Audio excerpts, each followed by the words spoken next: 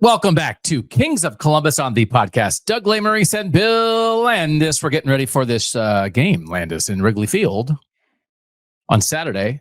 Yeah. Ohio State at Northwestern. So we're going to lean into that a little bit at the end, but off the top, we're going to talk about Will Howard and the traits that people think are the most important for an Ohio State quarterback to have, and how those match up with Will Howard's traits. And we asked our tech subscribers their thoughts on that. 614-662-4509. If you want to sign up for the tech subscriptions, you send a text to that number, you get back a link, $6 a month if you want to come hang out with us. Then we're going to draft the baseball team. Like, you and I will go back and forth, but we're making one team. We're not going against each other. I think we just want to, use both of our ideas, right? This was your idea to do this. We have input, really good suggestions from the tech subscribers. We're going to make a 9-man lineup and then a 5-man pitching staff, 3 starting pitchers, like a middle reliever and a closer. And we're going to try to use players from 2014 because that's when you joined the beat. So you and I are both familiar with all that. And then we have some other suggestions of some older guys that people sent in, and we'll talk about that. But that's the team we're going to make. Won't that be fun? I think it will be fun. Yeah. Listen, like, it's another game where Ohio State's a 30-point favorite.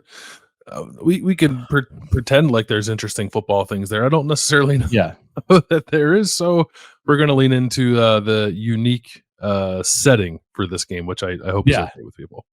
Yeah. And then I'll tell some stories about when I used to go to Wrigley Field like 20 times a year and just sit in the left field bleachers and scream at opposing players. Scream, absolutely scream at millionaires. Oh, gosh, nothing like screaming. You ever scream at a millionaire? Oh, yeah. Oh, man. It is great. But we're going to talk ball first. And, Bill, this is why we talked about some Will Howard deep ball stuff on the Sunday sound off after the Purdue game, because when we get, we say people, hey, send us your thoughts. What are you thinking about the game? And that came up a little bit. And so you and I had a discussion on Sunday about that. And then I thought there was like enough, I don't want to say pushback, but just like enough interaction that I was like, let's do this a little bit more. I do have a couple stats, but I also did a survey, Bill, about traits. And again, like where people are with this is Will Howard good enough on the deep balls for Ohio State? So let's start with this survey question, Bill. Do you think Will Howard missing some deep balls could hold Ohio State back from winning the national title?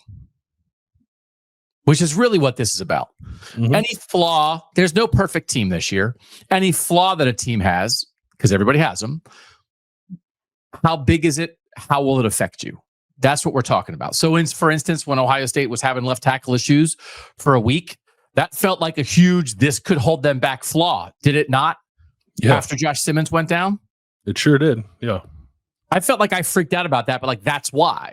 Because it's like, okay, like there's a lot of other good things about this Ohio State team, but this could absolutely hold them back. When Oregon, when we were talking about this on Kings of the North early in the year, for all the talent Oregon has, their offensive line was not working the first 2 weeks. And it's like, okay, they need to fix this, because if Oregon doesn't get this fixed, this can hold them back. And it won't matter about Dylan Gabriel and Tez Johnson and everybody else, right? Is that why? That's how we viewed that, I think, right?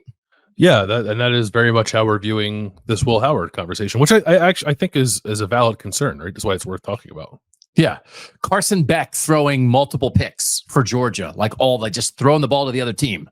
That could hold Georgia back. That's a real thing. So like this is, so how much of a thing is this? These were the choices for the Will Howard deep ball discussion. Yes, for sure, it's a major issue. No, he's good enough. Like, we're fine.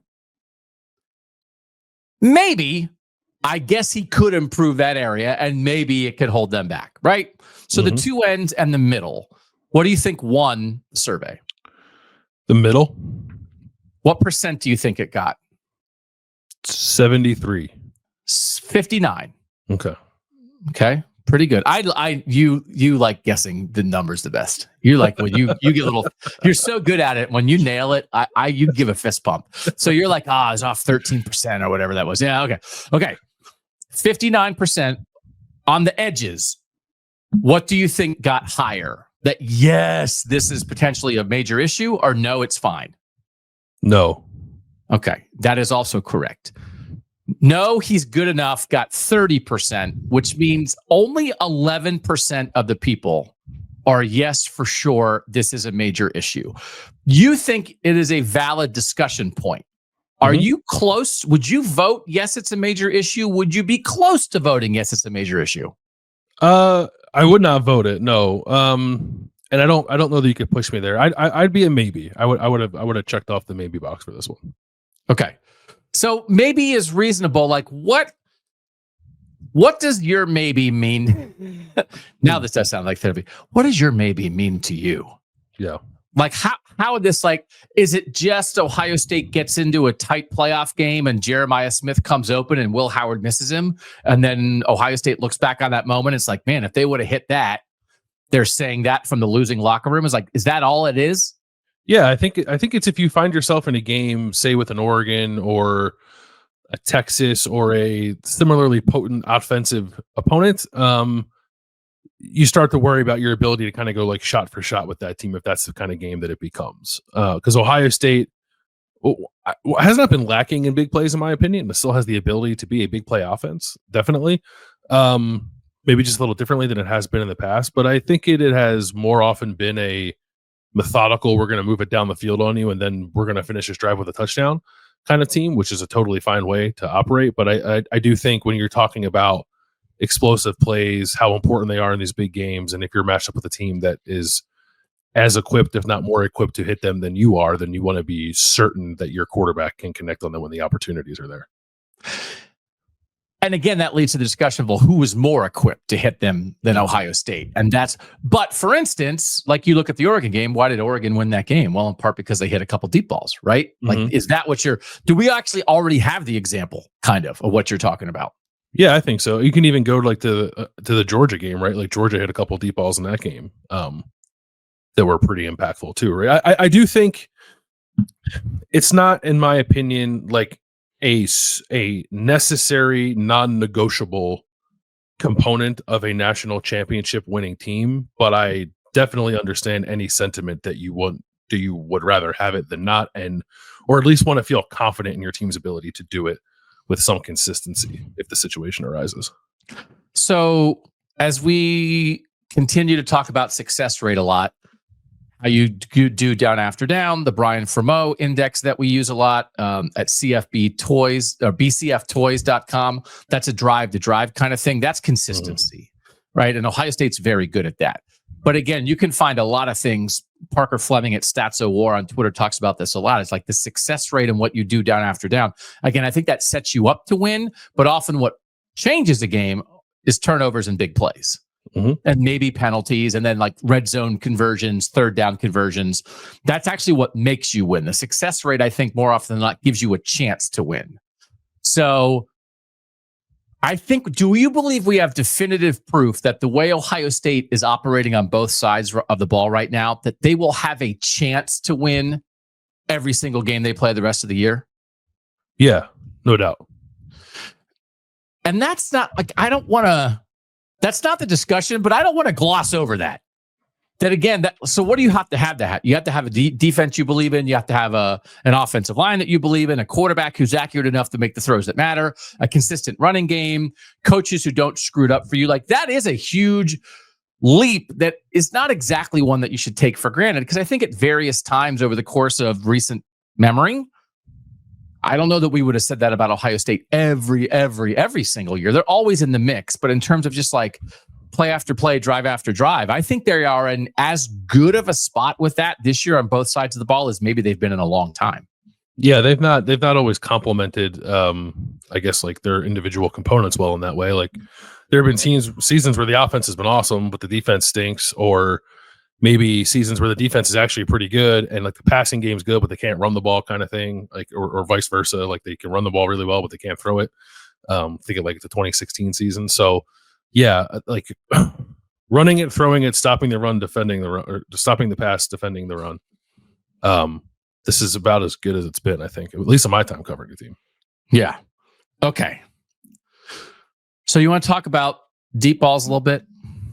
Sure. Talk about deep ball comparisons. Okay. So I went back to Dwayne Haskins in 2018, the late great Dwayne Haskins. And I just looked on PFF, Power Conference quarterbacks who've played a certain minimum number of snaps. And by their deep passing grades are based on 20 yards or more, right? That's a 20-yard ball in the air or more, right, Landis? Am I interpreting the PFF stuff correctly here? Yes. Okay. So then they assign an offensive rating, kind of like basically like 0 to 100 to that quarterback based on the cumulative stats of completion percentage, touchdowns, interceptions, all those things within the deep ball passing, right? Mm-hmm. So then these are the ranks of Ohio State quarterbacks in deep ball passing among power conference quarterbacks going back to 2018. Dwayne Haskins was 22nd. Wasn't as much Dwayne's thing. As Ryan Day said, Dwayne's best trait is probably quick release, get the ball out of his hand. We talked much more about Dwayne as a point guard, that 2018 season, mesh routes, right? That was not they certainly could attack down the field with Terry McLaurin. Like there were times they could do that, but it was not Dwayne's go-to move. Is that fair to say in your mind? Yes. I would say yes, maybe in the context of the country, but not so much in the context of Ohio State quarterbacks. Like he still threw it down the field more than his contemporaries at Ohio State. Yeah. Dwayne Haskins was 22nd in deep ball passing. Justin Fields in 2019 was 6th. Justin Fields in 2020 was 9th. CJ Stroud in 2021 was 7th. CJ Stroud in 2022 was 7th. And his stats are almost exactly the same. It is mind-blowing how close his stats are. It's like CJ Stroud is just a quarterback robot sent from the future to save mankind. Can I just tell you this real quick? CJ Stroud's deep ball passing, 20 yards or more, 2021, 32 of 62 for 1,076 yards. 2022, 31 of 61 for 1,082 yards. That's 2 different seasons. It is one pass away from being the exact same stats. So that's completing like just over half your throws and getting the ball down the field. So he's very good at that. And Justin was very good at it. Would you say that Justin Fields was a very good deep ball thrower? I think it's what he did best. Yeah. He is dunks and threes, right? Like, yeah. We had a lot of conversations. Justin, like his first year at Ohio State in 2019, I don't know that he threw a pass in the middle of the field. He didn't throw like a 15-yard route in the middle of the field the whole year.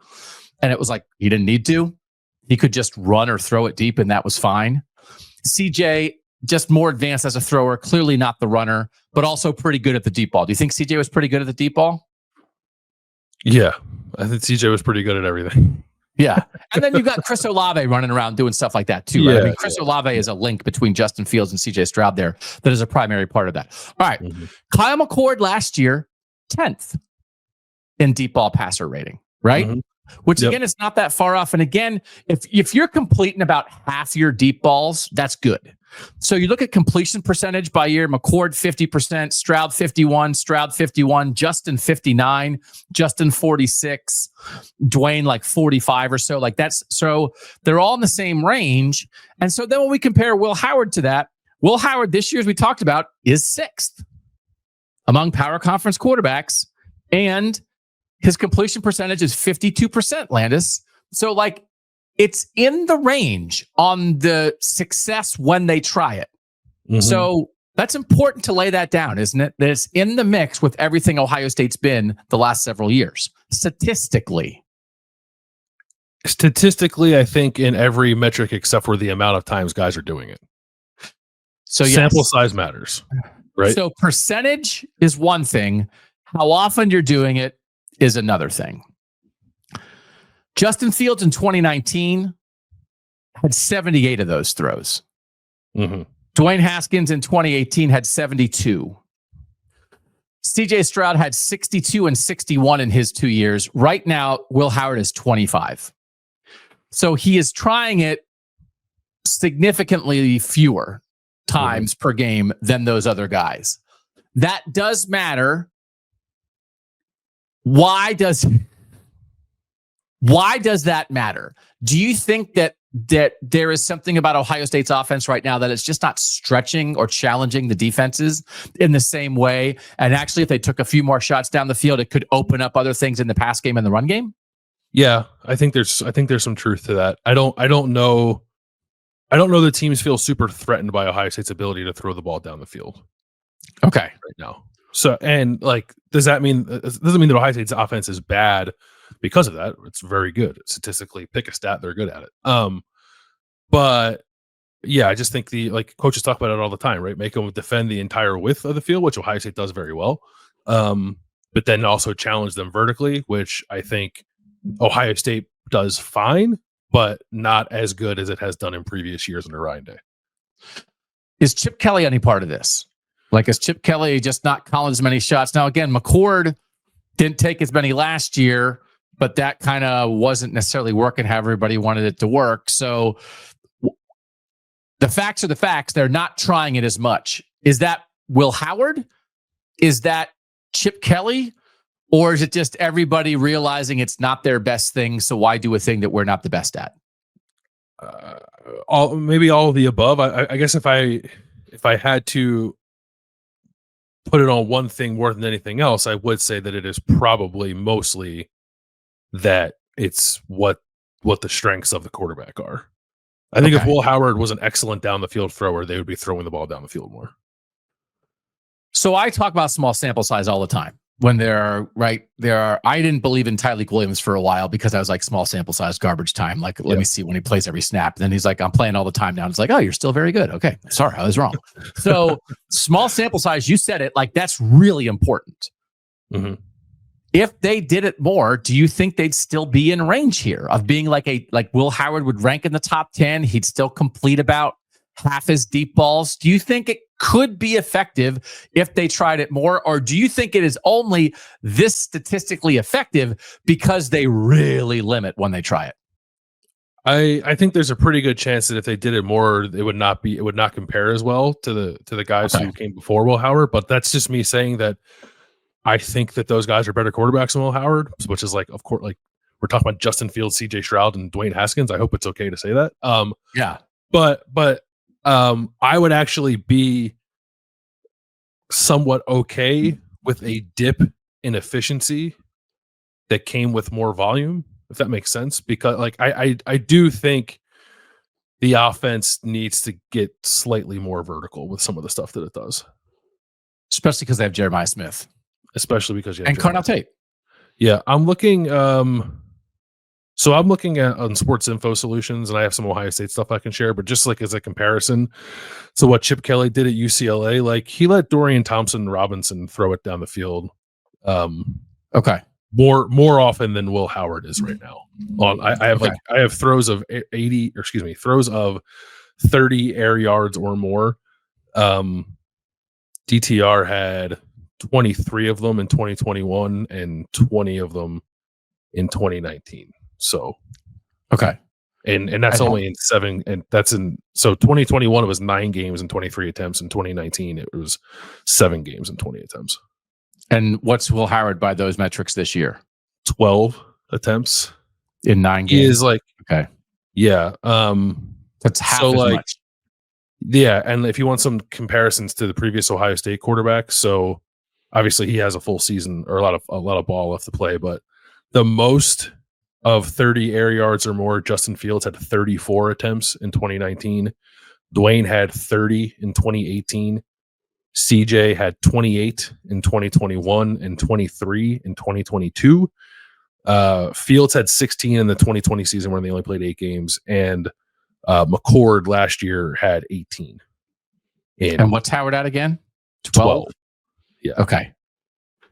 So that's in 9 games, and again, this is in 13 or 14 games. So like, it's not going to be as much. This would be. Is it? Sorry. Just one other thing. As I'm looking at that kind of specific metric, 30 air yards or more, Sports Info Solution has like its own quarterback rating metric. So top throws of 30 air yards or more, top guy QB rating since 2018, Justin Fields in 2020. Kyle McCord last year is actually second. In the whole country for no, just period? among the Ohio State quarterbacks where they have ranked. No, where the Ohio State quarterbacks have ranked. Here's their score. Here's where they rank compared to the other Ohio State quarterbacks. So 2020 Fields first, last year McCord second, 2019 Fields third, 2021 Stroud fourth, 2018 Haskins fifth, Will Howard this year is 6th, and then 2022 CJ Stroud is last. So I will say, so the stats are kind of, again, my stats kind of were equal in 21 and 22. I did feel like in 22, we were like, why don't they throw it down the field more? And it's because people were like, we're going to let you do anything except throw it down the field more. Yeah, I think that's right. So in a season like that in 2022, Ohio State's statistical rating is lower because people felt it was so good they had to take it away. This year, it's statistically lower because they're not worried about it. Mm-hmm. Right? Yeah. Do you think defenses are taking this away? Are they putting safeties deep and dropping a guy on top of Jeremiah Smith and being like, I don't care what happens on this play. That guy is not going deep on us. I mean, I don't have access to the All-22 film to like give you a definitive answer on that. My more of a vibe on it would be that like, no, they're not approaching Ohio State. Yeah. We're going to pause the show now, and we'll be back in 7 hours after Bill very quickly rewatches film of every Ohio State offensive snap. Well, I guess I would say like my lean on that would just comes from the way that like Ohio State talks about it, because there have been times in the past where Ryan Day has said like, well, they're not letting us do that, so we don't do it. I don't know that that's been an answer from Ryan Day or Chip Kelly, as we've asked about this a lot throughout the year. Okay, so now we're leading towards you going in on Tuesday and asking Ryan Day a question somewhere along the lines of, even if you're not good at something offensively, should you do it just to try because it makes the defense defend it? And holy moly, maybe it'll work even if we don't think we're the best at it. Is there a question in there to be asked? Yeah, I think so. Because it's not like, maybe that might sound silly, like to the ear. So like, oh, just try something if you're not good at it. It's like they have awesome receivers, so like you stand a pretty good chance of being successful when you try to throw the ball down the field, right? So and that's why I think they should try to do it a little more with even with this quarterback, who, like, I agree with anybody who thinks that Will Howard is not a particularly strong down the field thrower. I don't think he's abysmal. Like, he's 50%, as we said before, which is like a fine conversion rate, but I'm also not going to lie to you and tell you that what you're seeing is incorrect, because we all watch the games too, and we know what it looks like sometimes when he throws the ball down the field. That actually is not a Bill question. That's not a ball enough Bill question. That's a me question. Ryan, I don't know how to say this, but should you do something you're not good at and just do it anyway, just to stress the defense, and him be like, well, what do you mean we're not good at it? It's like, well, I don't know. I mean, so like that, maybe I'll have to leave KOTN very briefly on Tuesday to like run into the Ryan Day press conference. We'll just feed you in. Yeah. We'll it would have like a 100-second preamble of me trying to explain what the question is about, and then just saying, should you try to do something you're not good at? And then Ryan Day saying like, well, we'd rather do things we are good at. So here's the other thing too. They are among the most efficient offensive teams in the country. Part of that is staying on schedule. And part of that is not even that you're afraid you're going to get intercepted, but if you think you have an ability to march down the field, why would you take a shot on 1st and 10 so you can miss it? So now you're behind the sticks. Mm-hmm. Like if that's part of an answer, do you buy that? Because you could say, well, listen, man, all right, they're not afraid of our deep ball. That's fine. Put 8 in the box. We're going to run on you anyway. Or put 8 in the box and we're going to run a Mecca Buka on a crosser, or, some kind of other route that we still feel like, and it's been proven that we can complete, even if they don't respect the deep ball. We don't need them to respect the deep ball for our offense to work. So why would we risk getting off schedule and setting ourselves up for a punt? Is that a reasonable answer? Yeah, I think so. That's taking what they give you, right? Yeah. Kind of thing. Yeah, that's a conversation we're in. So I think that's reasonable. Can I say one more thing as we're throwing out some stats? Just so people know, I have the stats that you pay a little bit of money for, and Bill has the stats that you pay more money for. So that's why it's fancier than mine. But they also, I don't know, they could be wrong. Like, there's some stuff on PFF sometimes where that doesn't seem right. To the point of Will Howard having significantly less volume on these deep throws than previous Ohio State quarterbacks, and the rating being on the lower end. Sports Info Solutions has two other metrics. One is a catchable pass percentage, which I don't know how they quantify that exactly, but I think we can reasonably assume what that means. And then there's a separate one that is on target percentage. Okay. Catchable percentage of all the Ohio State quarterbacks since 2018 on throws of 30 air yards or more Will Howard is first at 81.8%. The next closest is Justin Fields at 75% from the 2020 season. Okay. On target throws, 30 air yards or more, Ohio State starting quarterbacks since 2018. Justin Fields is first at 75%. Will Howard is second at 63.6%. The next closest is Dwayne Haskins, who is 10 percentage points lower. So these numbers say that he's actually pretty accurate on deep balls. Again, they're just numbers. We all watch the games. I don't think that I would say that either, but that's what the numbers say. Yeah. Look at you, Fancy Stats Landis. That's your new nickname. Yeah. On KOTN on Wednesday, I said that my alternate nickname is Pancake Balls, but Bill's alternate nickname to Philly Billy is Fancy Stats. Hey, Fancy Stats. Ooh, Landis with this fancy stat. What if you asked Ryan Day a question and cited all those things, and Ryan Day's answer was, oh, Landis with his fancy stats? That'd be pretty hilarious if he said that to you.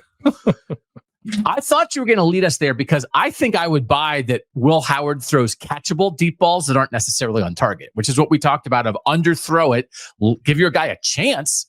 It's catchable, but I know what this is what Ohio State fans have in their mind. And I can't cite a specific play because my memory is like a colander and it just all falls through and there's just spaghetti noodles left. But it's something that's Justin Fields to Chris Olave in stride. And it feels like you could have a drone shot of the stadium and there's nobody within 30 yards of Chris Olave. And he does not even have to pause for a nanosecond. And Justin Fields drops it with like a perfect spiral right on his hands, right? Is that what we all have in our heads? Yeah, it's are you talking specifically from 2020 against Clemson? I said I wasn't talking specifically because I have no memory, but I can feel the feeling. I can feel the feeling of seeing that in my head. I think it is maybe against Clemson in that game, right? Justin had 2 in that game. He just like totally uncorked 60-yard bombs to Chris Olave and Jamison Williams that were like, Jamison Williams had to like reach back a smidge, but he never broke stride, and neither did Chris Olave. And it was like, okay, if you can do that, then like no one's going to stop you. It's like it was dropped by an angel, right? I mean, it's like it's heavenly. So I understand if that's in your head. And then when Will Howard throws it and it's like, Carnell Tate had to wait. And it's like, oh my God, this guy. Mm-hmm. And it's like, okay, but like that, that truly is like almost peak deep ball. Like that is the epitome of that. And you can see like Justin sometimes, right? When he would cock and get ready to really unleash it, he would almost like, he would move his whole body and like look away. Mm-hmm. It's almost like he was looking at the runner at first and then throwing deep. Like I have these visions of I dream of it sometimes. I dream about it. You don't dream about Will Howard deep balls, but sometimes people still catch them. Yeah. Well, Justin Field, like this will come up in the baseball conversation we're gonna have at the end of the show. Like lower half mechanics, like no one more explosive than Justin Fields. Just the way that he like threw his entire like hips and legs into throwing a deep ball. Yes. And then he got to the NFL and like couldn't keep a job because he couldn't do other things. So like, again, it's not saying that Justin Fields is a perfect quarterback, but the things he did well, he did perfectly. And then the other things he did pretty darn good too. So I can't, for anybody who's been screaming Cardell Jones at their radio, or wherever you're listening to this for the last 10 minutes, like I'm not able to go back and look at 2014, but I would imagine he would compare quite favorably in this conversation as well. Yeah, let me try to search. I don't know if my less fancy stats will search that either. But also, so a couple texters I wanted to throw in here. Andy C says, who's the last national championship winning quarterback who had a great deep ball? JJ McCarthy, no. Stetson Bennett, no. Mac Jones, no. Joe Burrow, yes. Trevor Lawrence, yes. Tua Tagovailoa, no. Deshaun Watson, no. So like, is there something like the idea of like, hey, will this hold back Ohio State from winning a national championship? It's like, I don't know. Is it held back other teams? Is that a reasonable point? Yeah, no, I think it is. I mean, I certainly thought the same thing, especially about Stetson Bennett and Mac Jones. Tua, I might push back a little bit on that assertion, but I think it's a point well made that like it's not like every national championship quarterback for the last 30 years has been a guy who can really rip the ball down the field. Yeah. So I have Cardale Jones stats from 2014. This is including everybody because he doesn't hit the number of snaps threshold. So like by ranking, he's not super high. He's 29th, but the raw numbers, 13 of 24 on throws of 20 yards or more, 54%, 19.2 yards per attempt, 6 touchdowns, no picks. Mm-hmm. So again, you can sort of see those Devin Smith balls in your head, but sometimes you'd throw them up. And again, he didn't throw everyone perfectly, but it's like, give Devin Smith a chance. Yeah. So I think there's some stuff to learn from that. So, and this is, I mean, this is, somebody brought up Cardale in this conversation because how can you not do this? This is Jim, our guy, who said, I'm also completely uninterested in the baseball thing, but I'll give you a chance to win the over. So thank you, Jim. We'll see what happens in the second half of the show. Zeke was a great running back with J.T. Barrett as his quarterback. He became unstoppable with Cardale Jones. That's what we're missing with Howard. Still happy with him at quarterback. Can't have it all, but he has enough. So like that's the lore, right? Of yes. Like that unlocked something in the Ohio State offense in 2014. And with Quinshon Judkins and Travion Henderson and Emeka Egbuka in the slot, do you believe if they did get there, either by forcing themselves to because they think the defenses are good enough that they have to do it, or they just believe in it more, do you think something could be unlocked in the playoffs? And this is part of this conversation now too. They're winning without it. But do they, to get over the top when they're going to play 5 great teams to end the year, or actually, I mean, if you throw in the Michigan game, they're going to play how many? They're going to play like 6 bangers. It's maybe 7 to end the year. Mm-hmm. Indiana, the rivalry game, Big Ten championship game, and then 3 or 4 playoff games. Like maybe, do you think maybe they will have to try it more because they'll need it? And then if Jeremiah Smith is Devin Smith, you're good enough, it unlocks something, and then it opens up the offense, but you don't have to do it through the first 9 weeks of the regular season. I think they could be pushed to a point where they feel like they have to do it. Like, I don't know. It's not like there's more than one way to be a successful offense, right? So like, I don't disagree at all with Cardale's down the field passing ability, helping to open up things for Ezekiel Elliott. But there have been other teams that have been run first that have run their way to a championship without Cardale Jones throwing the ball to Devin Smith, right? So I don't know that you need one to be successful with the other. I just think it definitely helps if you can have it. So yeah, I think maybe at some point they might be challenged to show that they can beat a team that way. Okay. I wouldn't be surprised if they come across the defense in the postseason that feels like they match up well enough personnel wise to say like, let's make this team show that they can beat us throwing the ball down the field. And then we'll see whether or not Will Howard can do it. And then if he does, then I think there could be a similar kind of cause and effect with the rest of the offense that opens up a lot of other stuff if they're able to do that. Let me give you another stat that I think we'll figure out. You tell me if it actually matters or if it just affects how people feel about this. This is the number of touchdown passes on throws of 20 yards or more for this time period we're talking about. Dwayne Haskins, 17. Justin Fields, 20. Justin Fields in the 2020 season, half a season, 9. CJ Stroud, 18.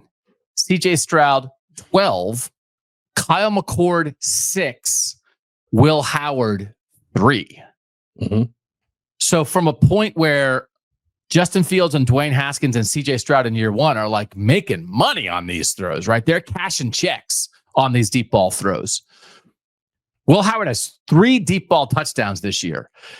Is that significant? Or is it like, well, I don't know. I mean, you hit a 60-yard throw and it got you down to the 12-yard line and then you scored. Who cares if it was actually a touchdown on the play or not? Is it just something that people remember the touchdowns more? Or is there actually something to that like, man, if you can just go bang 75-yard touchdown and you don't have to do any other work or worry about converting in the red zone, scoring touchdowns this way is really important.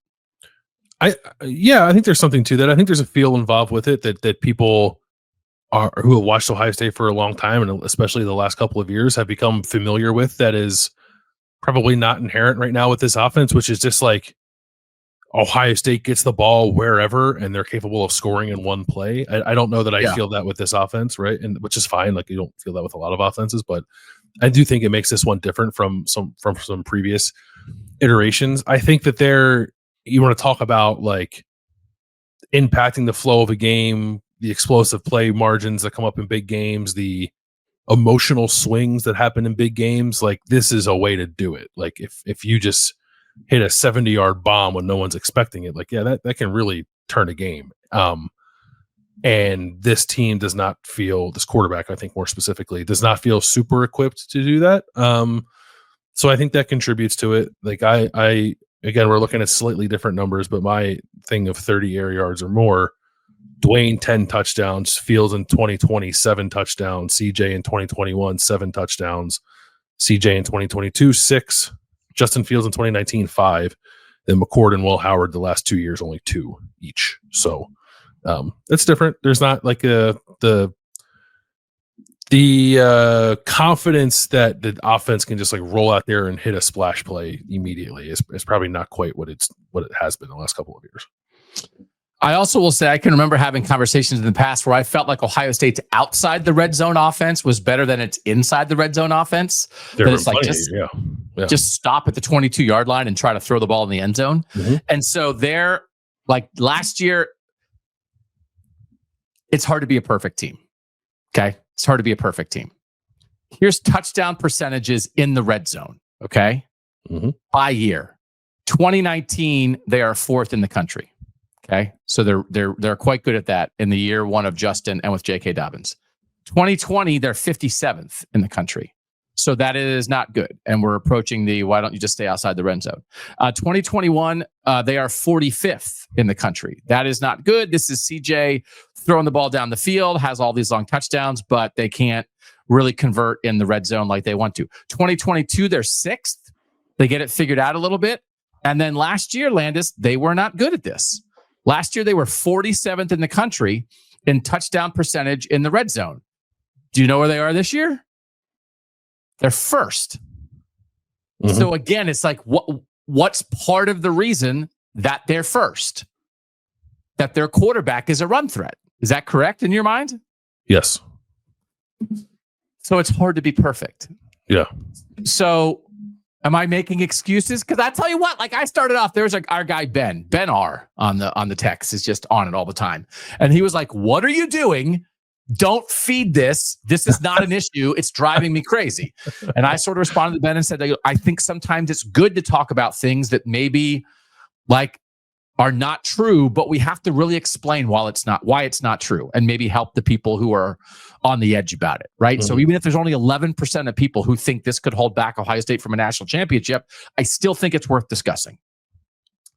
Then we started having this conversation and I was there. I was like, this is overblown. Nobody's perfect. Then you started talking. I was like, oh my God, it's going to kill him.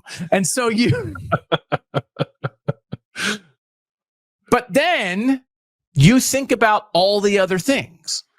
So, and after last year, because the thing about last year is they only had 6 deep ball touchdowns, which is a lot fewer than CJ Stroud and Justin Fields and Dwayne Haskins at their peak, but they also were not good in the red zone. Mm-hmm. So they're not cashing in from outside or from inside. And then if this team was going to lean one direction, this year they lean toward let's work on the red zone offense and maybe have a run threat at quarterback. And also finding perfect deep ball throwers in the portal is a little bit more difficult, but find a physical quarterback who can run a little bit. I understand why they got here. So I think you take this. Is that I'd take would you rather be good in the red zone and less good at deep balls or good at deep balls and less good in the red zone? I'd rather be better in the red zone. I'd rather generally I want to be as drive efficient as possible, whatever that looks like. And I think if you are like an offense that only deals in splash plays throwing the ball down the field, it is difficult to be efficient drive to drive. Yes. This offense has multiple answers. And like, yes, throwing it over the heads of the defense is probably the least reliable of them. But it's not like it's something it can't do at all, right? That would be one thing. If Will Howard was who he is, and clearly the best part of his game is not throwing the ball down the field, and Ohio State was struggling mightily to generate explosive plays any other way, then I would feel some type of way about it. But because they're not, like, I don't. So like that's kind of where I am with it. Yeah. This is Steven from the 513 talking about so Will Howard deep ball. I put yes, it's a major problem because even though he's 13 of 25 for 3 TDs and an interception on balls over 20 yards, he is leaving touchdowns and explosive plays on the field. with the lack of deep ball accuracy. I think better defenses that they could face in the playoffs, like Georgia in a rematch, Texas, Tennessee, etc., will play the run and intermediate throws and underneath throws and live with the threat of JJ and Carnell over the top, knowing even if those two get a step or two on the DBs, the DB is still in play because of Howard's accuracy issues. So I think that is a pretty decent expression of the people who think it is an issue. That's why, which is kind of what you said. And we're not going to look at a texter like Steven there and say, no, you're wrong. I think we're going to look and say, point taken. It's hard to be great at everything. Maybe you'd take this package. Yeah, I mean, if you could get it all in one guy, that's great.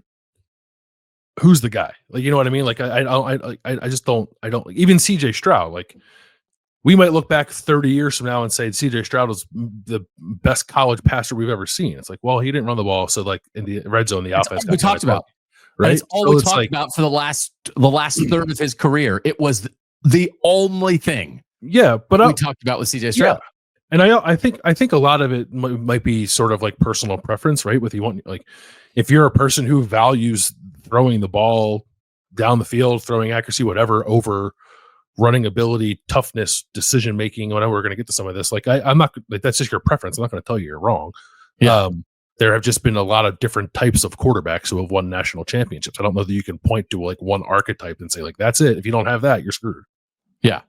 JT Barrett had a butt like a Mack truck and would cut his heart out in the middle of a game and hand it to the defense if it would get him 3 extra yards. And by the end of his career, everybody just thought, can we please get a quarterback who can throw it better? Mm-hmm. So this is part of this. It's funny. I mean, Will Howard's only here a year, right? So that's part of it too. And it's like, the facts are the facts.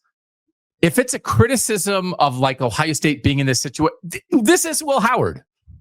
Like, none of this is like Will Howard's fault. Oh, Will, how come you didn't? I just got here. I've been this my whole life. Yeah, Ryan Day and Chip Kelly are helping me get better. But if you're not happy with Ohio State's ability to throw the deep ball, it's like, well, they kind of messed up the quarterback process, which led them to this point. But it's understandable to me why they're at this point. But it really is about the team, not about like Will Howard. Will Howard can handle it. This is Grant. I feel like Will Howard is excellent at all of the traits except deep ball. So they were a bit difficult to stack, but Will Howard would be the player we could least afford to lose to injury, in my opinion. So like, as much as like maybe he's not great at this, he actually like Ohio State needs him super bad right now. This is Luke. That survey was hard, but golly, people need to stop complaining about Howard. This is Luke in Fort Worth. So let's get to the survey that they are referencing here. This was the survey I asked Landis. Did you do the survey? I did, but then I forgot to mark down what I put. And then when I went back on Wednesday to look at it, it was close. So I couldn't. I don't remember how exactly I ranked them. Yeah. Yeah. Great job there, by the way. So also, do you know this for a fact? When we get to our baseball thing, when we do our lineups and stuff, there was an Austin Ward who sent in a suggestion. And is that our Austin Ward, or do we have another texter named Austin Ward, or do we get our Austin Ward participating in our baseball game? I don't think it's him participating. I don't know if that person's actual name is Austin Ward, or if they're just trying to be funny by naming themselves Austin Ward, which if you are, like, I find that funny. Yeah. Like signing up for a service and naming yourself after the person who provides the service. It's pretty funny. Oh, I thought it was Austin, because we all have free accounts to this, right? Like I thought Austin was participating. Maybe it is, but I don't think that I'll have to ask him. All right. Yeah. Here are the traits that I asked people to rank in order of, how did I phrase this? From most important to least important, rank the attributes that you think matter most for an Ohio State quarterback. And then I want you to tell me first if you think I left one out, or if I phrased something poorly. Actually, don't tell me that. It'll hurt my feelings. But if you think I left one out, tell me. Poise/intelligence, overall accuracy, toughness, running ability, deep ball ability / arm strength, leadership, and decision making.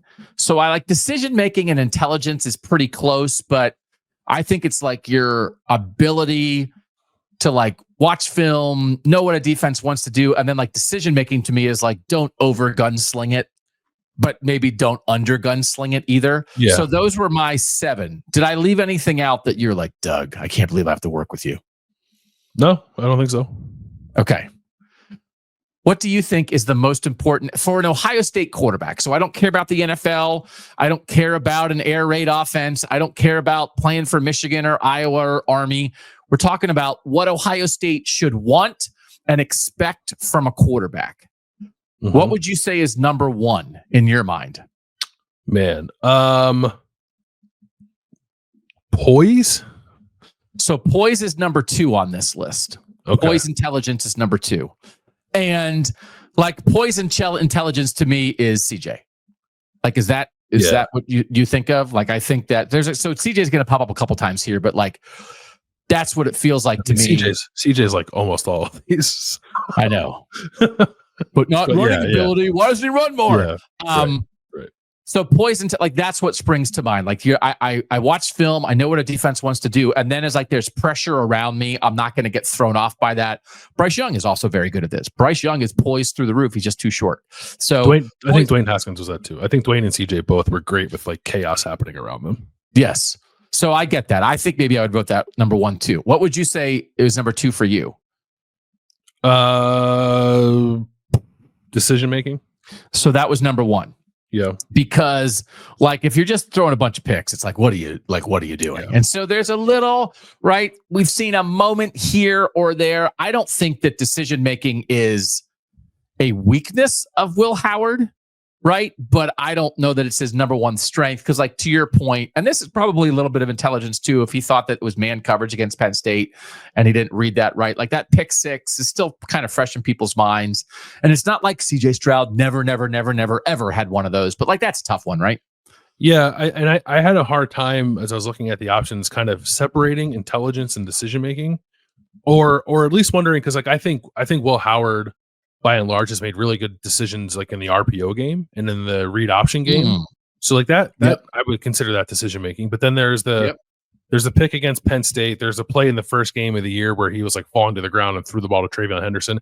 There was a play last week against Purdue where he was scrambling and then just like stopped and threw the ball backwards to Carnell Tate, which is like, what are you doing? So he's had a few of those. Yeah, I don't he's certainly not immune from them. So I think he is a good decision maker within the flow of the offense. There have been times when plays have gotten a little wonky where he's kind of made a head scratcher or two. Yeah. Cincinnati lost to West Virginia last week, basically because Brendan Sorsby made 2 crazy person decisions that turned into defensive scores. Mm-hmm. He's like, it's like right decision making. Part of it is like, am I making the right read? Like that's a lot of that's intelligence. Decision making is I'm getting sacked, I'm falling down, I'm throwing it out. And now the defense has 6 points. And so like that's a little more of that decision. Okay. Yeah. Felt like I was drowning there, kind of. Just throwing a pick. I'm not drowning. What do you think is next most important? Accuracy. Accuracy is 3rd. You are correct. We know what that is. And I said like overall accuracy because I do think you've made this point. You got to be able to hit a guy in the right place on a screen. You've got to be able to hit a guy on a slant so he can catch and run. Like that's the accuracy. That's different than can I put the ball on somebody's hands 50 yards down the field. I felt it was okay to separate those 2. Yeah, I think so. Okay, so that's number 3 for everybody. What do you think's number 4? I think that people probably view toughness and running sort of as the same thing, but I'll say toughness is 4th. So toughness is 5, running is 6. So I think toughness is like, again, can you take a hit? Kind of, and are you willing to like sneak it, whatever? And running ability is like, oh my gosh, he's in the open field. Like now he's breaking people's legs and that kind of thing, right? Would you consider? So I sent this message out to our texters last week, I think before the Purdue game, about what happens after Will Howard throws an interception. And he, I think, was like 8 before the Purdue game. He was like 8 of 9 and had a couple of touchdowns, and all but one of the drives after the interception had been a touchdown drive. The ability to like bounce back after making a mistake, is that toughness or is that poise? Or is it no, I think that's more poise. Toughness to me, like like this example, like JT Barrett's probably the toughness example. Mm-hmm. And Braxton Miller's the running ability example. Yeah. To me. And probably Justin's the deep ball example and also some of the running ability example. He's got some toughness to him too. He took some real licks and came back. Oh yeah, like that's like Justin coming back in the game against Michigan after taking that hit, and Justin like taking the hit against Clemson and hanging in there. Like that is absolute toughness, right? So there's that kind of toughness. Yeah, toughness through the roof. And then JT Barrett just being like, I'll take 27 carries in this game. Toughness through the roof. Yeah. But running ability is like Braxton in the open field is a maniac. Yeah. So if those are 5 and 6, then are we now in a situation where leadership is 4th and deep ball is last? Is that where we are? That is correct. Leadership is 4th and deep ball is last. So leadership, to me, the best example I think I'll ever see is Troy Smith. I mean, like that guy was like, I think those guys would have run through a wall for Troy. And so like, I think that is incredibly important. And then deep ball's last. So the thing that Will Howard, so then it was like, now rank Will Howard in his attributes from where he's the best to where he struggles the most. And I'll just say this. We'll just read it. Number 1 for Will Howard is leadership, which is 4th overall. Number 2 is poise and intelligence, which is number 2 on the overall list. Number 3 is overall accuracy, which is number 3 on the overall list. Number 4 is toughness, which was number 5 on the overall list. Number 5 is decision-making, which actually was number 1 on the overall list. And we kind of went through that, why maybe people view him as a little bit lower there. Running ability is 6th, but I still think like he's pretty good at that. And then deep ball ability is last. So like I would say that what we're talking about here mostly is that in our 7 categories, the least important one in people's minds for any Ohio State quarterback is deep ball passing ability. And for Will Howard, I think people feel pretty decent, feel very good to decent about everything he does except deep ball passing ability, which is why I wanted to do the survey. Do you have data on like the separation between the preferences for the not on Will, but on the what you want from any Ohio State quarterback? Like how far was deep ball prowess from like toughness or whatever? Yeah. So decision-making, poise, intelligence, and overall accuracy were like really close to each other in 1, 2, 3. Then leadership, then a gigantic gap. So the gap then is to toughness, running ability, and deep ball ability, arm strength are all pretty close. Okay. But like the clear top 4. And then toughness, running ability, deep ball ability, much lower. And then for Will, leadership clearly first, then poise, intelligence, overall accuracy, and toughness bunched. Then decision-making and running ability bunched, and then deep ball ability, like basically everybody put that last for Will Howard. Yeah. So in the end, I don't know if I rigged it. I kind of thought that's how it would go. And I think I did it so I could go, see? You're not thrilled with it, but it's also the least important. Wouldn't you rather have somebody who does the other 6 things pretty well? So I think that's where I am officially.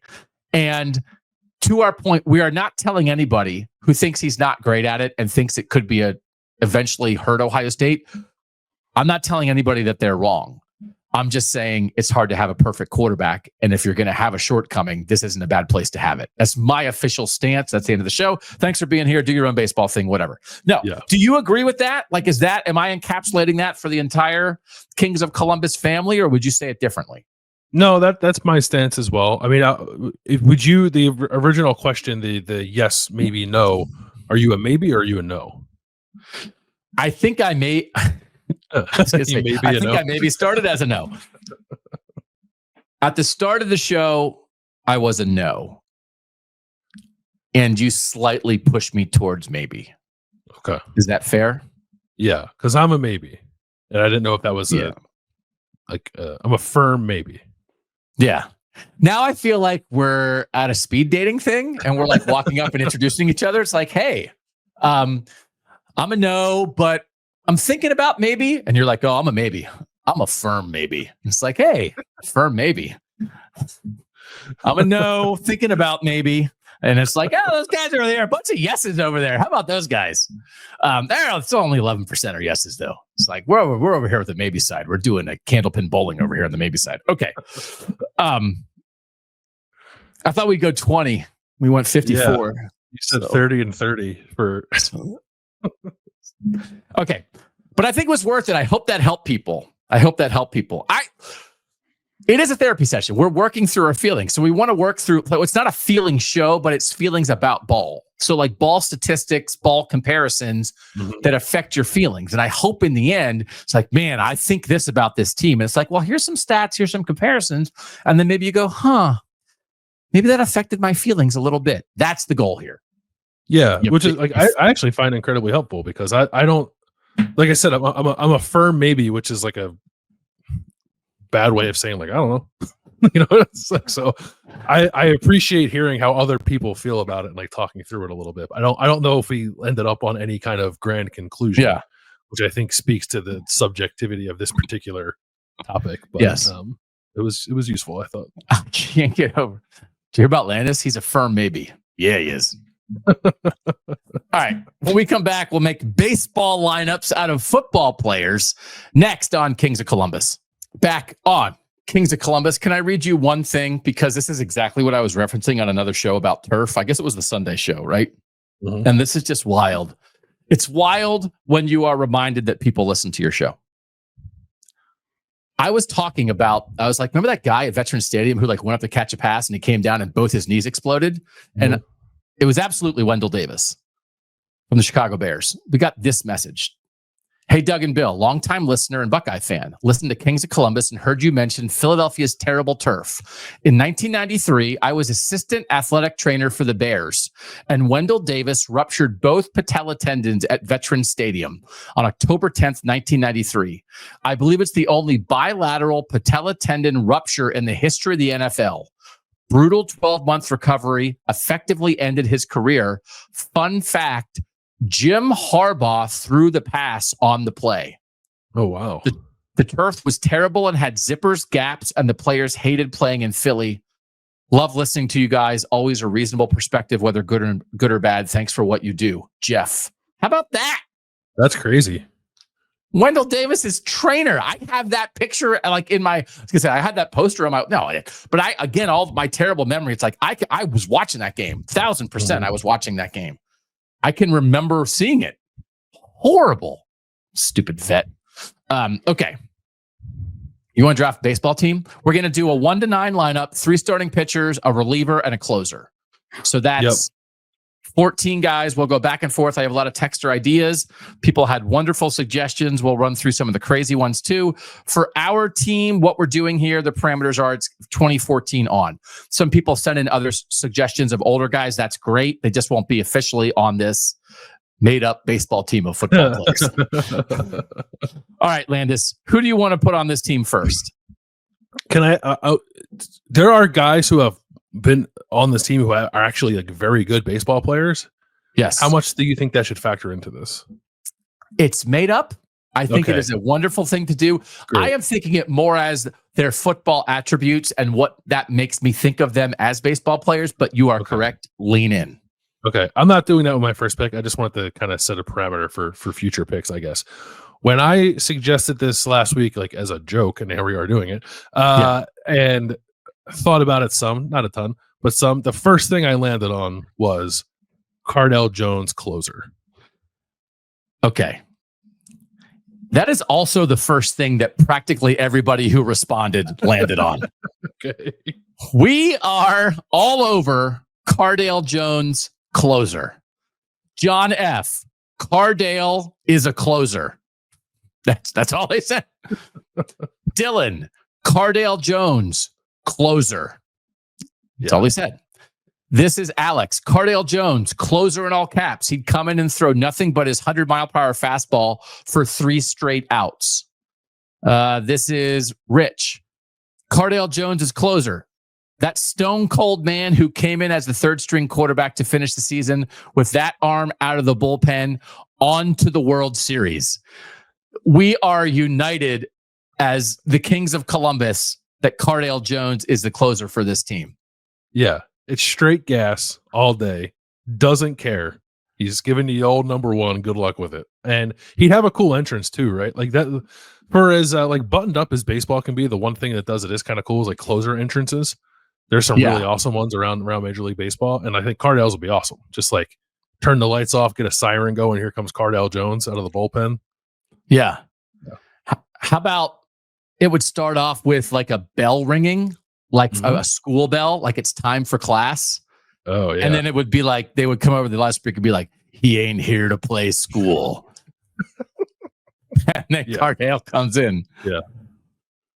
This is fantastic. I had originally thought of Cardale as like a long reliever, like maybe bring him in like the 5th inning and let him get you to the closer, but the heck with that. Cardale Jones is the closer. So I feel great about this. I feel great about it.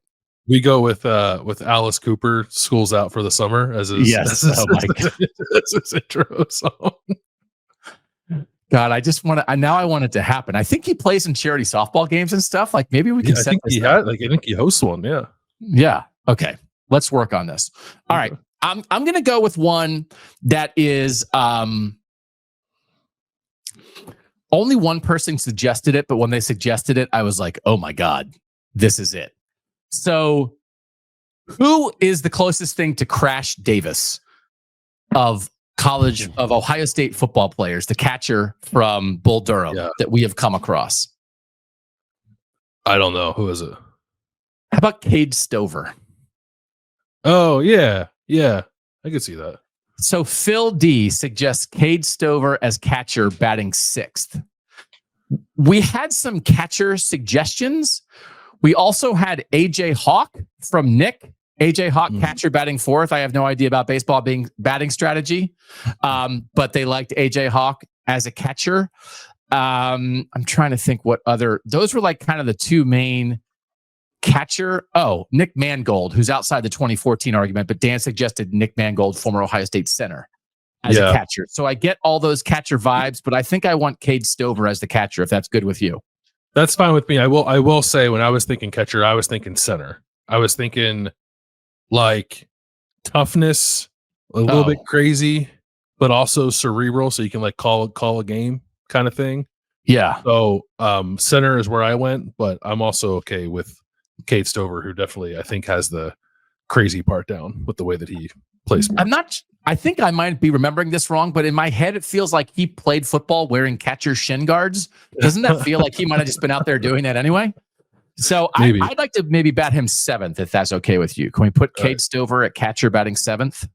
Yeah, sure. Okay. Pencil it in. We've got a catcher. All right. Yeah. What else? There are a lot of options, I think, for like speedy leadoff center fielder guy. Yeah. My favorite of those was Chris Olave. Ooh. Who I think's like got the build for like a wiry kind of center fielder type. Maybe he's a little bit of a slap hitter, but he's got great wheels. He'll lay down, he'll bunt his way on base if he needs to, but he's also got some sneaky pop. Like he'll get you 25 doubles in a year or two because he's got the legs to get you there. And I think he just play a really good center field with the way that he tracks a deep ball. So let me ask you this, because there was a particular center fielder. Who's the rangiest Buckeye that you've ever covered? Malik Hooker. Like foul pole to foul pole, right? Yeah. Does that do anything for you? Sure. Yeah. From a defensive standpoint, I definitely see that. Yeah. And I'm not like, if we could we put Olave? I'm okay with Olave. You like Olave leading off, is what you're saying? Mm-hmm. Yeah. Can we put him somewhere else on the field? Sure. We want to stick him in left. You want to put him in left? Yeah, let's do it. I'm okay with that. I think that's good. And I like, so we're going to play Chris Olave in left field and bat him leadoff. There are a lot of discussions about these kind of guys, right? Garrett Wilson from Aaron can track anything down. Think the helicopter catch from the 19 Fiesta Bowl, sneaky fast with his hands. I assume he will make a lot of contact. Appreciate the fun exercise. Aaron from Chicago. This is where, like, if we're talking speedy guys, like speedy athletes, it's like, okay, do we just want to list 4,000 speedy athletes and try to figure out where to put them?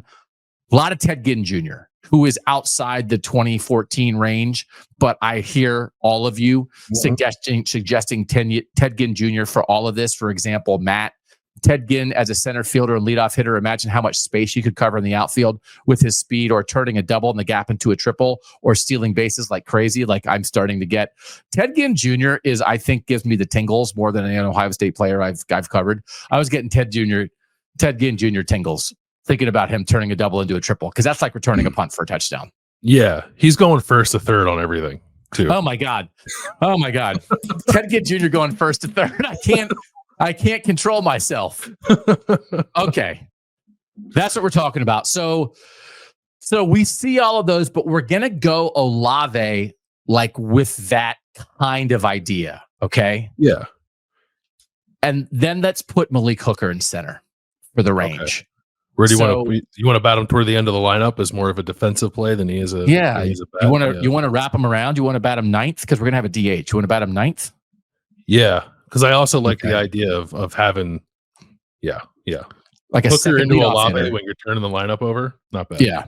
Jake suggests Malik Hooker center field batting ninth. So Jake 1000% nailed this. Ezra, Malik Hooker number 24 center field batting first. We're gonna bat him ninth.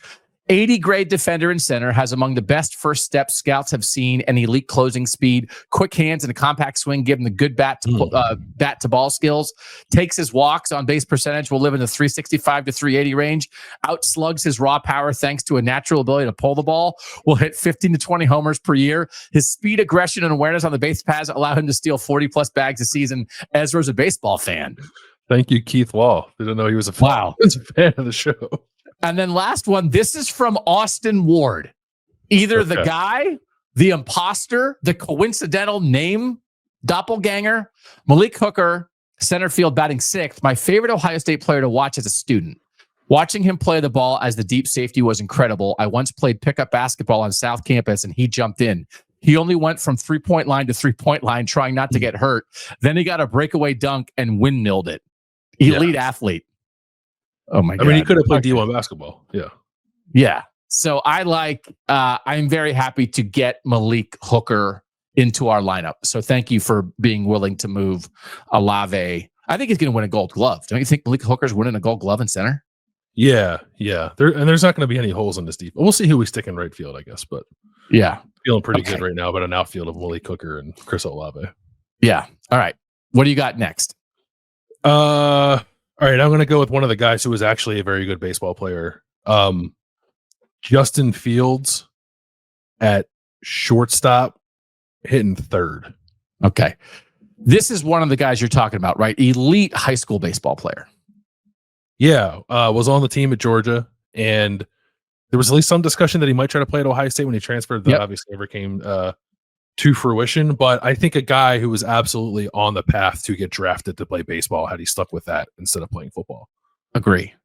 Alex O, who sent in 7 suggestions, and we loved them all. Alex, Justin Fields, shortstop, batting third, nailed it. Wasn't he a stud shortstop in high school? Highly athletic, can make any throw, get to any ball in the field, would make at least one play on defense a game that makes you say, what? Mm-hmm. A lot of sort of alpha quarterback / shortstop discussions here. Somebody else suggested Joe Burrow, Scott K. I'll take Joe Burrow playing short, perfect size for a modern shortstop at 6'3", cannon arm with a short release, probably has an OPS near 800. Basically, he's Corey Seager. Some people really like baseball. We love it. We absolutely love all this stuff. So I think we have to have a quarterback at shortstop. One other suggestion for shortstop, Curtis Samuel from David F. Shortstop and leadoff. I'm not giving up on Curtis Samuel getting on this team somewhere, but I thought that was really good. I think we can coalesce pretty nicely around Justin Fields, the starting shortstop and number 3. He's Derek Jeter. Yeah, right. We can put Tate Martell at shortstop because he's short and people want me to stop talking about him. How about that? We only got 6 people who sent in Tate Martell stuff. So people actually do not want you to stop talking about him. Can I make a suggestion? Fields was a shortstop, by the way. He played shortstop. So this is real. This is as real as it gets. Someone else suggested Emeka Ibuka for shortstop. Can I make a double play combo pairing here? Sure. Because people suggested him for shortstop, but I actually kind of like him at second better. Mm-hmm. And this is going to be one of those where Justin's maybe going to be a little serious out there at times. And then this guy's going to do something crazy athletic. And Justin's going to feed him a ball. And this guy's going to jump 16 feet over the runner coming in and finish the double play and have be smiling about it and make Justin smile. And it's Braxton Miller. Yeah. Braxton Miller's got second base energy. Yeah. So a couple people suggested Braxton Miller. More for shortstop, but we're going to move him. John, pre-shoulder injury, Braxton Miller. Shortstop, batting leadoff. I mean, it's self-explanatory. Quick, speedy, can sling the ball and great leadership. His crisis of confidence in his ability to throw the ball is why I say pre-shoulder injury. Braxton Miller, shortstop, leadoff. That's from Dana. Most athletic and versatile player. Bonus pick, 12 gauge as your DH. And JT is your closer, which is also interesting. I'd say let's put Braxton at second and bat him second. Yep. Okay. Here's my thing with Braxton. Yep. If you're going to put him in a 2-hole, yep. Will he sacrifice Olave over if you ask him to?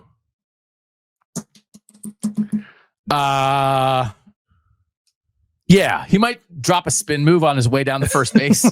But he'll do it. It's the read option conversation. It's like, Braxton, you're allowed to give the ball if the defense tells you to. He's like, no, I'm good. Yeah, I'm better with the ball in my hands. It's like, we know you are. 1 out of 10. I think we got to get the speed up there high in the lineup, though. I feel good about that. All right, next for you. I think we need to inject some power into this lineup. I wonder if we got any text to this effect, but I would imagine that maybe pound for pound, like the strongest guy since 14 might be Devon Hamilton with the way that people talked about him. Okay. Can we get a Devon Hamilton like in the 5-hole as a DH? Just okay. He's all homers. He might strike out 150 times, but he's going to give you 45 taters while he's doing it. So we have to have a conversation about who we want as our power hitters, right? Because a lot of people went this way. For instance, there's a Nick Bosa from Dylan, batting cleanup and designated hitter. Nick Bosa. There were some, again, these are outside the range, but it's hard to argue with this. Brett Orlando Pace batting fourth and playing first, like a combination of Frank Thomas and Aaron Judge. Orlando Pace is Frank Thomas. I was like, I am feeling that. This is Matt from Florida. How about Orlando Pace batting cleanup and playing first? He won't even need a glove with those big mitts of his. Plus, how great would it be to hear him announced Orlando Pace first base? That's how Matt sent that to me. So there's a lot there. And so I think we can do one DH and one first base with this kind of thing. Because the guy that I am super interested in getting in as a power hitter, 2 people sent, is DeJuan Jones. Oh, yeah. That's, yeah. Because as 2 guys who followed the Phillies, you know who DeJuan Jones is? Ryan Howard. He's Ryan Howard. So DeJuan Jones, this is Daniel W. DeJuan Jones, first baseman, batting 6th. He's a definite power hitter, potentially low contact. Think a mix of Josh Naylor and Noel. I also think that 6'8" frame could stretch for low and high throws. And then DeJuan, this is Tim, DeJuan DH batting 4th. So what if we put DeJuan in the 6 hole? Because I think we're looking at some swings and misses there. And we put Devon Hamilton at DH in the 5 hole. Okay. Devon Hamilton, 5 hole, DH, DeJuan Jones, 6 hole, first base. First base. I like it. That's pretty good. We still need our cleanup man there. Yeah. And we need some starting pitchers. It's your turn. 1, 2, 3, 4, 5, 6, 7, 8. Yeah. What do you got now? I'll go pitcher because I think the ace is CJ Stroud, right? That is correct because he's Greg Maddux. CJ Stroud is CJ Stroud's going to win like 311 games with a 1.82 ERA. Just like ball placement. This is Alex again, who was just everywhere with great suggestions. CJ Stroud, ace starting pitcher, ball placement specialist, could probably get away with an 88 mile per hour fastball and still be impossible to hit because of his pinpoint accuracy, a la Greg Maddux. Okay, I didn't even see that before I said that. Like, this is our guy. This is our guy just bringing it. Love it. I think that that's a no-brainer. So we'll make CJ our ace. All right. I have a little bit off the radar one. We need a third baseman and a right fielder, right? Yes. I thought this was an excellent suggestion.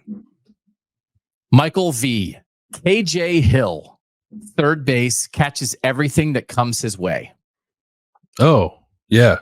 Sticky hands.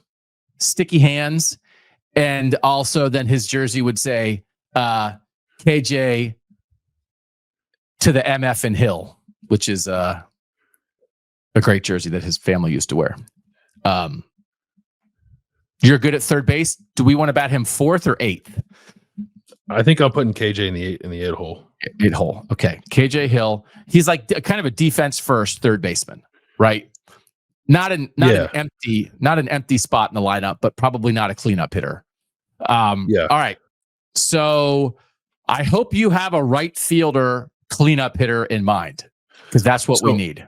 So I do, but it's because I know that this guy was also a really good baseball player. Okay. It's Emeka Egbuka. And like, I know he doesn't have the physical profile of a traditional cleanup hitter, and we can maybe fudge the lineup around if we want to. You want to, like, Ryan Day talks a lot about like rotational athletes, right? He talked about it all the time with Justin Fields and the power that he was able to generate in the lower half of his body. Emeka Egbuka can do that. And he did it as a high school baseball player. He was very good. I think he was a outfielder in high school as well. So he can play right field. We've done this thing on the podcast where we go to the golf simulator with guys and like Austin plays around with them and he asks them some questions. And Emeka Egbuka's ball speed in the golf simulator, I think he topped out at like 184 miles an hour. And I think like tour average is like 170. He is a freak of an athlete. And I don't think people realize what all this guy can do as an athlete. He's an awesome receiver, but he would have the necessary bat speed to generate the power you want out of the cleanup spot, even if he's not a big dude. Like he's Mike Trout. Yeah. Yeah. Like he's not a masher. He doesn't have to be Aaron Judge, but I'll put that guy and also who's still going to make contact. And then we'll put our absolute strikeout, walk, home run mashers behind him. Yeah. Yeah. Okay. That's a great one. I love it. Okay. So now we need 2 more starting pitchers and a relief pitcher. And we are running out of folks a little bit. All right. Can we do like an alternate? This is a guy who I think would play well off of CJ that maybe is more of like a bring the heat, might walk people. I can see this guy kind of having a lot a lot of strikeouts and a lot of walks. Mm-hmm. Zeke. Okay. As a pitcher? As a pitcher. As a starting pitcher. Maybe we'll make him like 3rd in the rotation. Okay. But I had talked about, I think when we were talking last week for examples, or on Sunday, last week I said like maybe Zeke is the closer. But I think maybe this is maybe more like a little Nuke Lelouch. Do you want to stand? And now Nuke Lelouch, he's not a closer. He's a starter, right? So he's a starter. I don't want to stand in against Ezekiel Elliott. I don't know what he's going to do. And I also think if I got too close to the plate, Ezekiel Elliott's going to put one in my ribs, right? Mm-hmm. So that's an okay number 3 starting pitcher. So I'm okay with that. You good with that? I like a wild card. Yeah, I like a wild card. Okay. A pitcher needs to be willing to plunk you if it's called for. Yeah. Oh, by the way, I think he's like Pedro a little bit too, right? Yeah. Yeah. By the way, Babe Ruth. So I can. Yeah. Yeah. This is people had suggested Emeka. I meant to say this. Rich Glover, Emeka, center field batting leadoff. We made him a right fielder and batted him 4th. Emeka seems like the kind of guy that's good at everything he does. Yes. So I think that's well thought out. And then Emeka, elite athlete that is team first, high IQ, leadership qualities, plus power and can hit to all fields. Clutch player you can trust in big moments. I love that guy now in the cleanup spot. That's Chris. Yeah. Chris H. deciding what he wants out of Emeka there. So I thought that was excellent. Emeka. Producer Mike is in the chat telling us that Emeka is Mookie Betts, which I love. Oh, okay. Oh, let's go. Mookie Betts, yeah, absolutely. Play right field, shortstop, center. Might win 3 league MVPs, hit 40 home runs, 100 RBIs. Yeah. Yeah, that's really good. Right. And if Ezekiel Elliott hits like 3 guys and then they retaliate by hitting Justin and he has to come out of the game, then Emeka can go from right field to short. Yeah. With no problem. Yeah. Hey, Emeka, would you say that you're Mookie Betts? Yeah. No, I love that. Okay.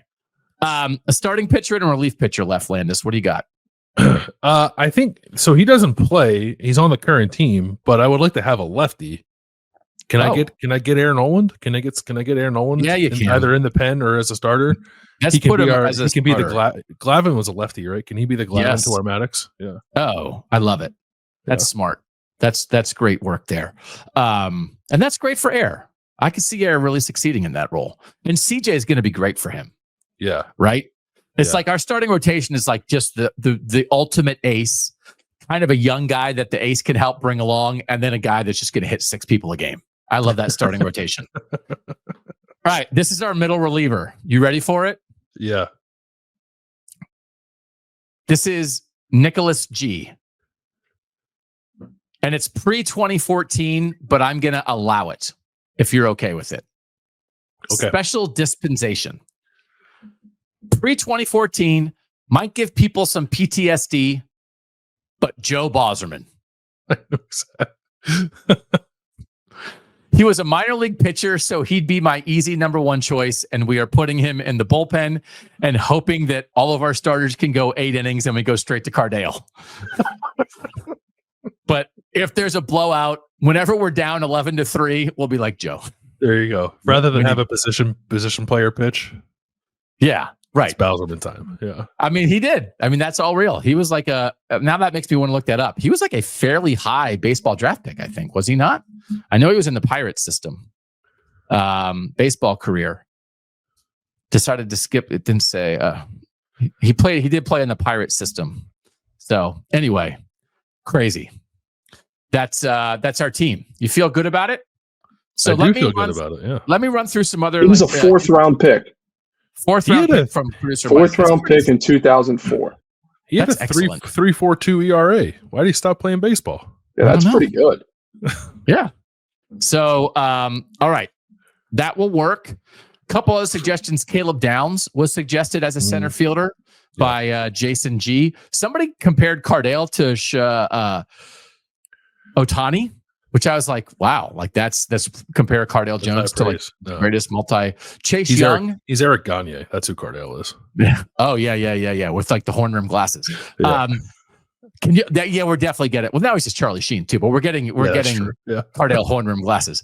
Ryan C suggests Chase Young as kind of a power hitting guy. CJ Saunders. This is from OSU Buckeyes 18. Went down the rabbit hole about CJ Saunders. Walk on to captain. So center field, 6th spot. High school 300 plus hitting percentage and a Gold Glove award. He really could have gone pro in baseball, especially with his dad being his high school coach and his dad's connections. But I'm not sure that means he would be in the top 3 in the lineup. He did have a pretty good, did some other stuff good. Anyway, like I thought that was interesting. Jalen Marshall was suggested by some people. Taiwan Malone. Yeah, he was another one. Yeah, who did play baseball at Ole Miss before he transferred, right? He go watch some of Taiwan Malone's baseball highlights. He crushes the ball, just like really back legs it and just launches them. Yeah. Jake H. Tate Martell as the closer. I don't know why, except I expect him to have the best walkout music. Wouldn't it probably be like electronica or something that like nobody would be able to understand what EDM, music is? Yeah. He's he reminds me of Billy Wagner, like a little guy who's going to come out there and throw gas. Yeah. Oh yeah, that's really good. Derek M. Tate Martell, good scrappy infielder, batting 157, will probably get sent to the minors. So I thought that's just like a stray for no reason. It's like, hey, let's do a fun little exercise. I send that guy to the minors. Lucas P. DeMario batting leadoff and playing center field. No explanation needed. And he's the mascot riding around on the dirt bike on the between innings. Yeah. So then somebody from the 614 went crazy with this. I know this isn't quite the assignment, but I'm going with a major league comparison theme. Braxton Miller is Willie Mays Hayes. He will steal every stinking base. JT Barrett is Jake Taylor, the old veteran leader. Master Teague is Jose Serrano, big and super powerful, but has trouble with the curve. Finally, Cardale is Wild Thing. Cannon for an arm, but not always as accurate as you'd like, and with a mouth that can get him in trouble. That's Colin, actually, who sent that. How good is that? All right, Mike, are we ready to show anything, Mike, for our official Ohio State Buckeyes baseball team? All right, here we go. Welcome to Wrigley Field for this game between the Ohio State Buckeyes and the Northwestern Wildcats. Batting first for the Buckeyes in left field, Chris Olave. Batting second, the second baseman, Braxton Miller. Batting third, the shortstop from Georgia, Justin Fields. Batting fourth, in right field, Emeka Egbuka. Batting fifth, the DH, Davon Hamilton. Batting sixth, the first baseman, DeJuan Jones. Batting seventh, the catcher, Cade Stover. Batting eighth, the third baseman, KJ Hill. And batting ninth, the center fielder, Malik Hooker.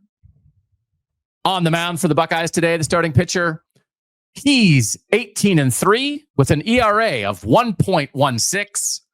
CJ Stroud. Also available if needed today, Aaron Noland and Ezekiel Elliott. In the bullpen, Joe Bosserman hanging out with closer Cardale Jones. You ready for Wrigley now, Landis? I get you fired up.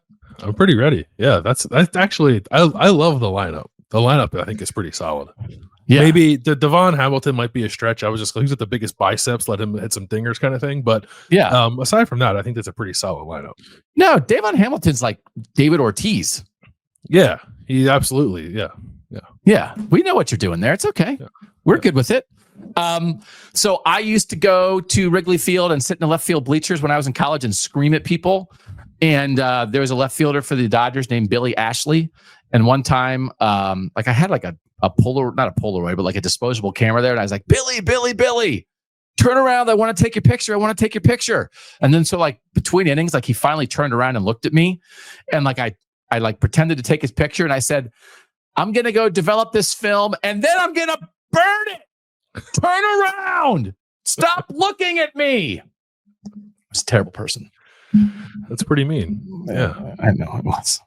That was pretty funny. But anyway, so I would suggest to anybody go to Wrigley. There's tickets out there. Like you can get them. It's not, I think they're like $125 or something. I don't know if you can get it cheaper. Like if you're on the fence, I think it's a unique opportunity to go see the Buckeyes in one of the most historic stadiums for any sport in America. I love Wrigley. If you've never been there, I love Wrigleyville. And so like if you're on the fence and you have the ability and the means and the opportunity and the freedom to go, just go and see this game. So yeah, it looks like just looking now, there are some bleacher seats for less than $200. You can sit like up top along the baselines for less than $100 in some spots. So okay. Yeah, I think it'd be cool. No, I've been to Wrigley twice, a long time ago. I haven't been in a while. But it's like your point. It's one of the most historic venues in the country. I get it's a little weird for football. The confines aren't necessarily perfect for a football field, although they have changed some things to make it better. Also, the teams don't have to share a sideline, which is cool. I always thought that was kind of strange. So I as a one-off, it's not something I'd like my team to do all the time, but I think as a one-off, it's pretty cool. So if you can get to see it, I would. Yeah. Okay. All right. That's it for this edition of Kings of Columbus. We'll catch you back on Sunday for our Sunday sound off, where we will be talking about what happened in the Ohio State Northwestern game, and then hang on to your butts. Ohio State, Indiana next week. We're going to go crazy on that on Kings of the North. We're going to go crazy on that on Kings of Columbus. We will break down Indiana, Ohio State in every way possible because it should be a fantastic college football game between two really, really, really, really good teams. For now, thanks to our producer, Mike Yarosowski, as always. Made that lineup for us during the show. Looked awesome. Have the great Mookie Bet suggestion, so Mike makes us go. We appreciate it. And thanks to you guys for being here. Also, if you want to catch us on Kings of Columbus, we'll be breaking down on Thursday all the games in the North, including Ohio State Northwestern. We'll make our picks there on that show on the Kings of the North channel. You'll find out what we think the score is going to be. For now, he's Bill Landis. I'm Doug Lesmerises. And that was Kings of Columbus.